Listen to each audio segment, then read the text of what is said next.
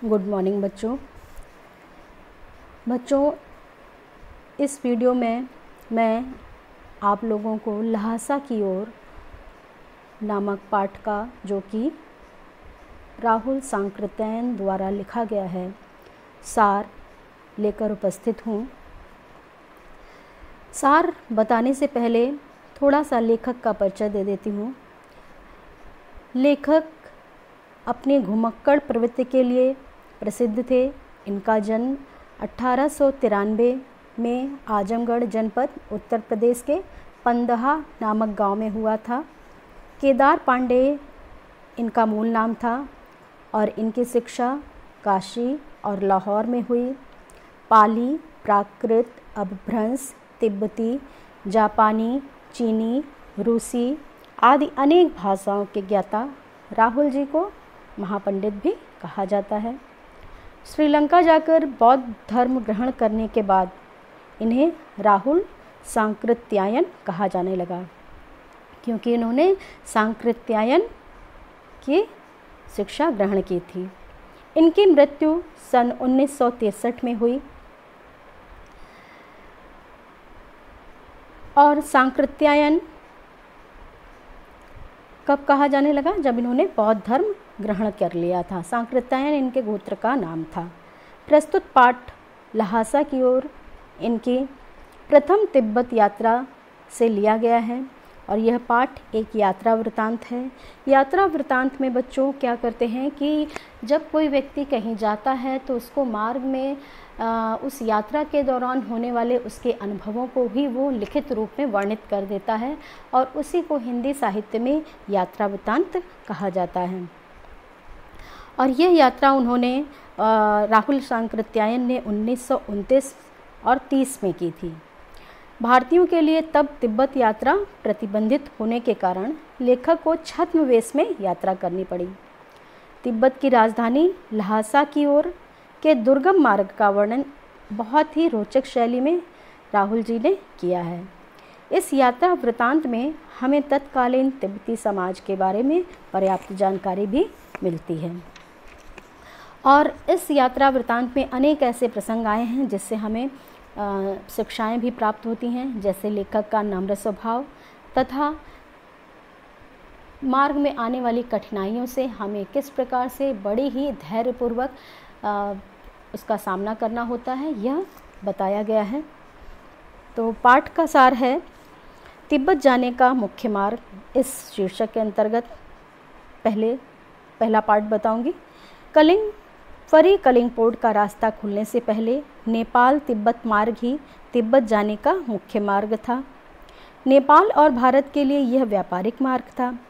सैनिक रास्ता होने के कारण इस मार्ग पर जगह जगह चौकियां और किले थे जिनमें चीनी सेना रहा करती थी। अब गिरे हुए कुछ फौजी मकानों में किसानों द्वारा अपना बसेरा बना लिया गया है। इसी स्थान पर लेखक चाय पीने के लिए रुका था। फिर तिब्बत का सामाजिक जीवन के बारे में बताते हुए कहते हैं राइटर, तिब्बत में यात्रियों के लिए एक तरफ जहां आराम है, वहीं दूसरी ओर कठिनाइयां भी हैं। जाति पाति, छुआछूत, पर्दा प्रथा नहीं है और अपरिचित व्यक्ति के लिए भी घर के दरवाजे खुले रहते हैं। वहाँ की कोई औरत या उसकी सास अपरिचितों को भी चाय बना करके दे देती है। यहाँ लेखक के मित्र सुमति के जान पहचान के लोग भी रहते थे, जिस कारण लेखक को रुकने की अच्छी जगह मिल गई थी। पिछली बार जब लेखक और उसका साथी घोड़े पर सवार होकर आए थे तब उन्हें बड़ी मुश्किल से एक गरीब झोपड़े में रहने को जगह मिल सकी थी। तिब्बत की सबसे खतरनाक जगह, इसके बारे में लेखक कहते हैं कि लेखक को सबसे विकट डांडा थोंडला पार करना था, जो तिब्बत की सबसे खतरनाक जगहों में से एक है। 16-17 हज़ार फीट ऊंचे इन स्थानों के दोनों ओर सुनसान स्थान हैं। नदियों और पहाड़ों के मोड़ के कारण दूर दराज तक मनुष्यों के दर्शन नहीं होते हैं। डाकुओं के लिए सर्वाधिक उपयुक्त स्थान यही है।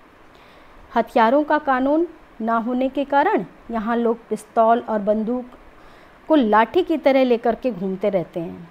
डाकुओं को खुद अपने प्राणों का खतरा होने के कारण वे तुरंत हत्या कर देते हैं और फिर लूटपाट का सामान खोजते हैं। लेखक और उसके साथी भिखमंगों के वेश में यात्रा कर रहे थे, इसलिए उन्हें डाकुओं से कोई डर न था। खतरनाक स्थिति का आभास होते ही लेखक अपनी टोपी उतारकर दया एक करके 1 पैसा भीख मांगने लगता था। लंकोर की यात्रा का वर्णन करते हुए आगे लेखक कहते हैं कि लेखक का जो अगला पड़ाव था वह क्या था, 16-17 मील दूर था।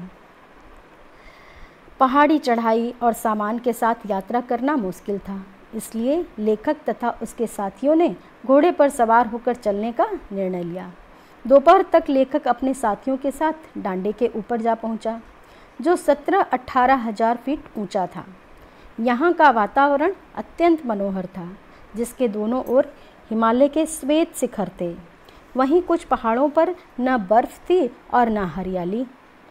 सर्वोच्च स्थान पर डांडे के देवता का स्थान था। सर्वोच्च मतलब सबसे ऊंचे स्थान पर, जिसे रंगीन कपड़ों तथा झाड़ियों से सजाया गया था। लेखक का घोड़ा धीरे धीरे चल रहा था। इसी बीच रास्ता भटकने के कारण वह अपने साथियों से बिछड़ गया, जिस कारण लेखक सुमति के पास विलंब से पहुंचा। लेखक के पहुंचने तक सुमति को चाय 3 बार गर्म करनी पड़ी। वे इंतजार करते हुए 2 टोकरी कंडे फूटने के कारण नाराज हो रहे थे, पर लेखक द्वारा बताए गए कारणों को जानकर उनका गुस्सा शांत हो गया। फिर तिंगरी के विशाल मैदान में जो भी कुछ हुआ उसके बारे में बताते हुए कहते हैं लेखक कि लेखक और उसके साथी तिंगरी के विशाल मैदान में थे, जो पहाड़ों से घिरा टापू जैसा दिखाई देता था। आसपास के गांव में सुमति के जानने वाले यजमान रहते थे, जिन्हें सुमति बोध गया से लाए हुए लाल कपड़े का गंडा बना करके दिया करते थे। सुमति ये सारी जगह जाना चाहते थे, परंतु लेखक ने उन्हें दूर के गांव में न जाने के लिए मना कर दिया। अगले दिन लेखक वहां से 10 बजे चला। तिब्बत की कड़ी धूप में उसका ललाट जल रहा था। ललाट मतलब फोरहेड, इसलिए उसने अपना जो सिर था वो मोटे कपड़े से ढक रखा था। शेखर विहार में लेखक, ठीक, तो लेखक और सुमति शेखर विहार आ गए। यहाँ की ज़मीन छोटे छोटे जागीरदारों में बटी हुई थी, जिनका ज़्यादा हिस्सा मठों के हाथ में था। जागीरदार को मजदूर बेगार में मिल जाते थे। बेगार में मिल जाते थे यानी बिना किसी मेहनताना दिए हुए, बिना उन्हें पेमेंट उन्हें देनी नहीं पड़ती थी। यहाँ एक अच्छा मंदिर था, जिसमें 103 हस्तलिखित पोथियाँ रखी थीं, जिनमें से एक का वजन 15-15 सेर से कम न था। इतनी पुस्तकों के बीच लेखक को बहुत अच्छा लगा। लेखक ने उन पोथियों का अध्ययन किया और दूसरे दिन भिक्षु नमसे से विदाई लेकर अपने साथियों के साथ तिंगरी गांव की ओर पैदल ही चल पड़ा। बच्चों, ये पाठ का सार था। आई होप आप लोगों को अब पाठ बहुत ही अच्छे से स्पष्ट हो गया होगा।